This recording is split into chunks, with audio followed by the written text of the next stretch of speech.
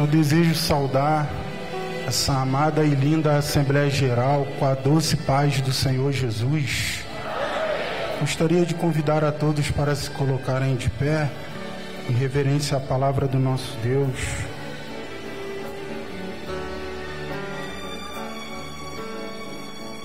Vou ler aqui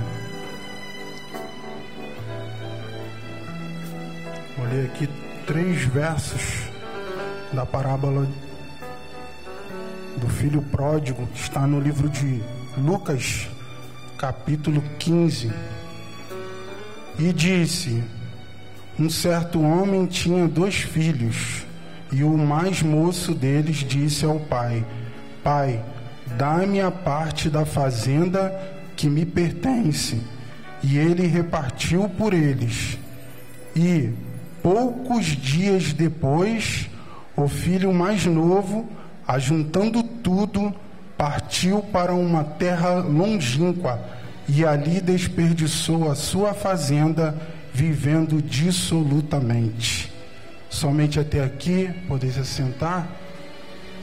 Eu quero rapidamente expressar diante de Deus, de todo esse povo, a minha gratidão a Deus por Ele estar nos concedendo, não só a mim, mas a todos nós, a honra, o privilégio, a grande dádiva, a grande bênção de podermos participar de um momento sublime, histórico e maravilhoso na obra de Deus.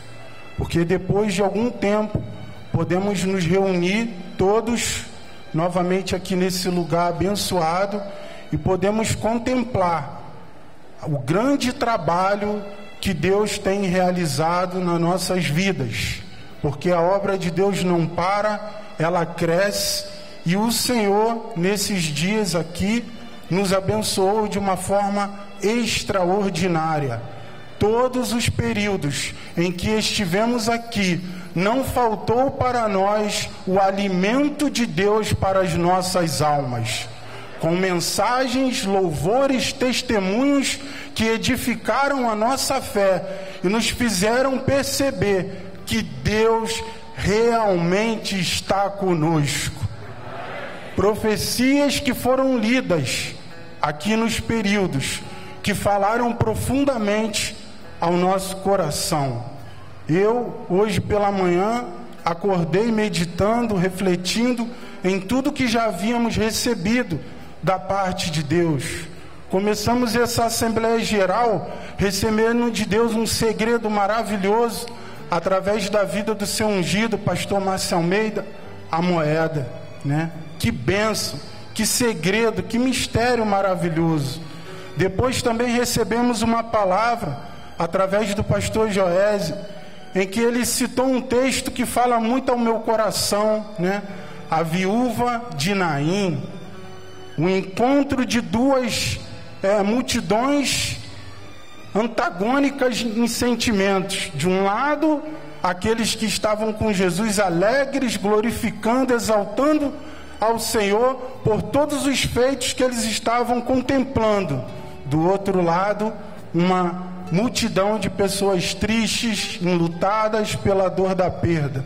Mas nós vimos aqui ser relembrado que a presença de Cristo, o poder de Deus, fez com que aquela multidão antagônica se tornasse uma única multidão que glorificava a Deus por causa do grande feito que Deus fez.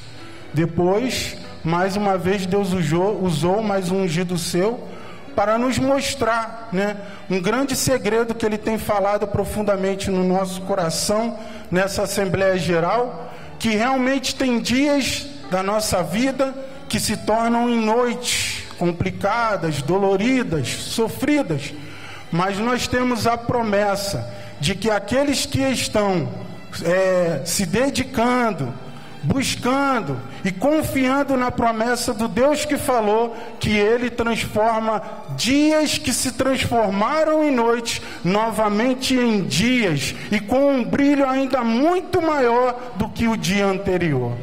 Esse é o nosso Deus. Depois recebemos um outro segredo de Deus: as vestes nupciais. o convite de Deus, né, em que faz com que nós venhamos a refletir o nosso desmérito diante de Deus e o que Ele fez na nossa vida, nos convidando sem termos total e nenhuma condição nem mérito, uma escolha incondicional, baseada em amor, que nos trouxe à presença dele e tirou de nós as vestes sujas do pecado e trouxe sobre nós as vestes limpas da justiça de Cristo. E o segredo que o pastor Elias Binhotti trouxe foi que nós precisamos aceitar de Deus essas vestes. E hoje pela manhã, eu refletindo, pensei, bom, com certeza nessa veste que o Senhor ofereceu para aquelas pessoas e que representa o que Ele ofereceu para nós, devia ter ali algum lugarzinho naquela veste, talvez um bolsinho para ser guardado a moeda. A moeda que é o segredo de Deus para quando nós passarmos pelos nossos momentos de luta, pelos nossos momentos de fraqueza, pelos momentos em que muitas das vezes nos deixamos levar pela nossa condição humana e fraca e venhamos muitas das vezes até entristecer ao nosso Deus. Mas Ele nos mostrou que o seu amor é tão maravilhoso, é tão grande, que Ele tem para nós uma porta aberta para sempre mudar a nossa condição, e essa porta é o quebrantamento, essa porta é o reconhecimento, essa porta é a contrição, pois a um coração contrito e quebrantado Deus jamais rejeitará. Que bênção, irmãos, que riqueza, tanta coisa boa que nós recebemos aqui durante esses dias. Com certeza não sairemos daqui da mesma forma que chegamos. Estamos mais fortes, estamos mais condicionados a sermos ainda mais fiéis e buscarmos agradar ainda mais o Senhor. E nessa tarde eu me retirei no meu lar e nasceu um desejo no meu coração de fazer uma releitura de todas as profecias que foram lidas aqui nos períodos, e eu comecei a meditar a forma amorosa e carinhosa que Deus falou para nós, em alguns momentos nos exortando, mas sempre deixando para nós uma porta aberta de graça e misericórdia. Eu gosto muito da parábola do filho pródigo, é uma parábola muito conhecida, né? Um homem que tinha 2 filhos, foi surpreendido pelo seu filho mais novo, que o procurou para requerer dele a sua parte na herança, né? Os bens. E eu analiso sempre essa parábola por uma perspectiva de que talvez uma realidade, eu até espero que a perspectiva que eu tenho em mente, eu esteja até equivocado, mas é sempre importante chamarmos a atenção quando Deus fala no nosso coração para algo importante, que é, depois de receber as vestes, depois de estar incluso nesse projeto maravilhoso de Deus, a forma com que nós temos nos portado e a consciência, qual é a consciência que nós temos da nossa posição na obra de Deus, como estamos recebendo as orientações de Deus, as doutrinas do Senhor. Foi falado aqui de manhã sobre doutrina, né? E a base dessa obra é a doutrina. Mas existe uma coisa muito importante, né? Eu vejo esse jovem está insatisfeito dentro da sua casa, né? Ele convive com um pai amoroso, ele tem toda uma estrutura de cuidado, comida, servos, tem um pai que cuida dele, né? Vivendo ali naquele contexto rural, porque é uma fazenda, o texto diz. Mas tem algo que incomoda esse jovem, né? Ele está sempre com a sua mente, diz a Bíblia, pensando nas coisas que estão do lado de lá da cerca. Porque quando eu penso na parábola do filho pródigo, eu imagino uma casa, né, com um espaço grande, cercado, uma propriedade cercada por uma cerca, e lá na frente um portão. E o jovem, depois de alguns dias, foi atendido pelo seu pai lhe dá os bens, né, que ele pediu a sua parte na herança, uma coisa que ofendia o seu pai, porque é como se ele considerasse que o seu pai em vida já tivesse morto. Então ele demonstra um desamor, ele demonstra uma ingratidão para com o seu pai, requerendo esse bem, mas o seu pai o deixa andar pelos caminhos que o seu coração deseja. E qual é a condição desse jovem que me chama a atenção?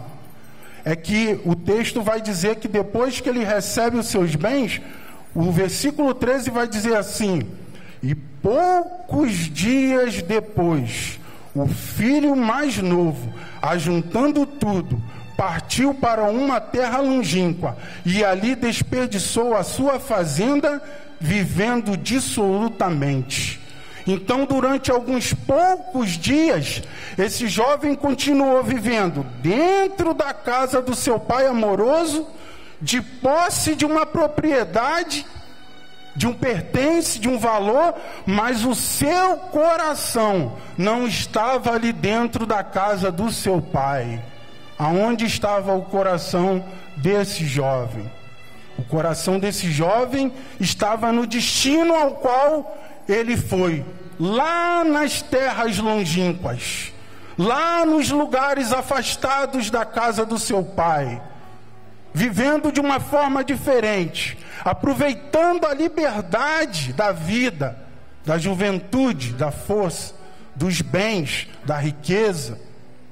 Isso me traz um pensamento que eu sempre tive quando jovem, né? Muitas vezes a gente passa por um momento de fraqueza, e embora aqui seja uma Assembleia Geral e não um congresso de jovens, a mensagem não é para jovens, a mensagem é para todos nós. Porque muitas das vezes, essa cerca, né? Eu sempre vejo assim, esse jovem, ele olhava ao entorno da propriedade, ele via essa cerca, e ele entendia essa cerca como algo que o aprisionava.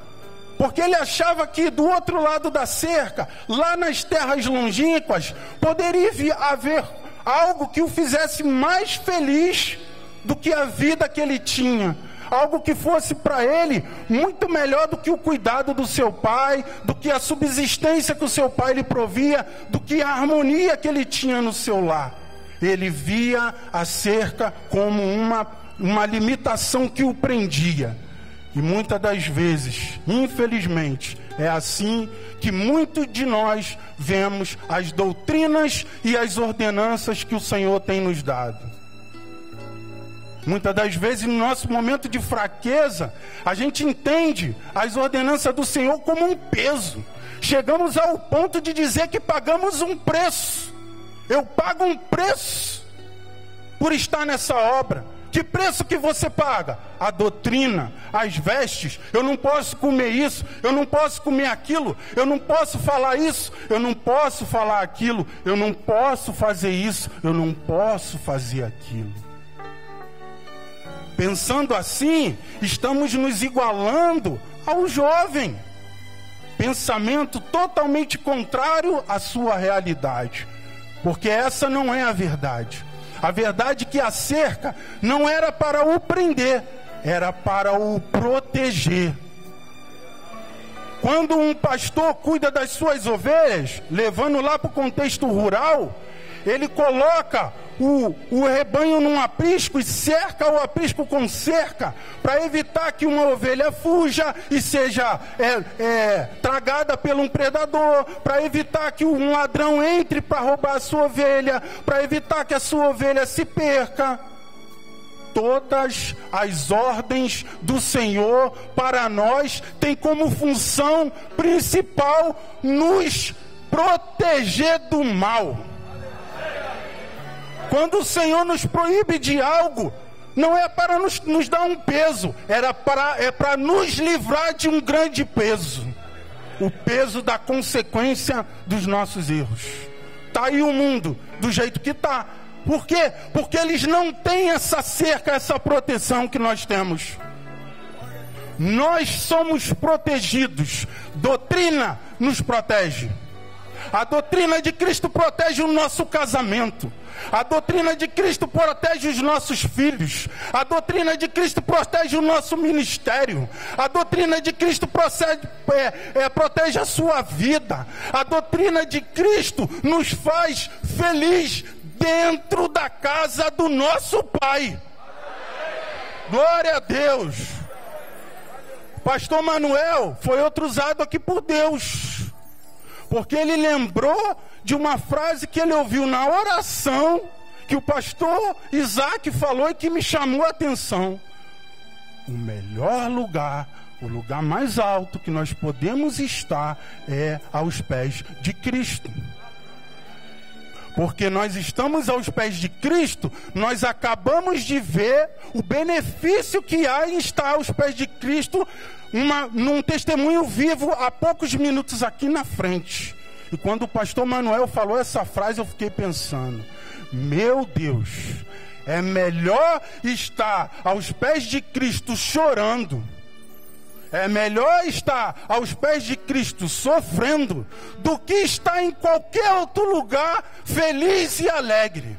Porque é aos pés de Cristo que nós encontramos a verdadeira felicidade. E eu quero terminar ainda deixando algo que eu tenho para a minha vida, que foi um segredo que Deus falou no meu coração e que mudou a minha perspectiva sobre a obra de Deus. Toda doutrina, ela tem como fundamento a palavra de Deus. E toda a palavra de Deus tem como fundamento 10 coisas. Os 10 mandamentos. Mas olha que interessante. Durante todo esse retiro, o Senhor falou sobre gratidão. Durante todo esse retiro, o Senhor está fazendo um convite. Ele já deu a moeda na nossa mão. Ele já trocou as nossas vestes. Ele já nos tirou lá da multidão, da tristeza, da derrota, do luto, e nos trouxe para a multidão da alegria, que glorifica e exalta o nome dele, porque ele cura câncer nessa obra. Mas aí vem uma advertência dele para nós. Analisando as profecias, o Senhor me deu um alerta, falou no meu coração. Eu fui lendo e teve alguns trechos que me saltaram aos olhos, porque tem a ver com essa parábola. O jovem quis se afastar, ele quis ir para terras longínquas, ele quis ir para longe da casa do seu pai. E aí o Senhor falou assim para nós no segundo período: diga a ele, se ele me procurar, ele vai me encontrar, pois estou em cada lugar, estou em todos os lugares. Todos que me procuram me acham. Eu não sou como um homem que muitos procuram, e até às vezes eu procuro por ele, e ele está longe de mim. Muitas das vezes está sentado aqui na minha casa, mas o seu coração está longe, os seus pensamentos estão longe, como o jovem da parábola. E aí depois o Senhor falou mais no quinto período.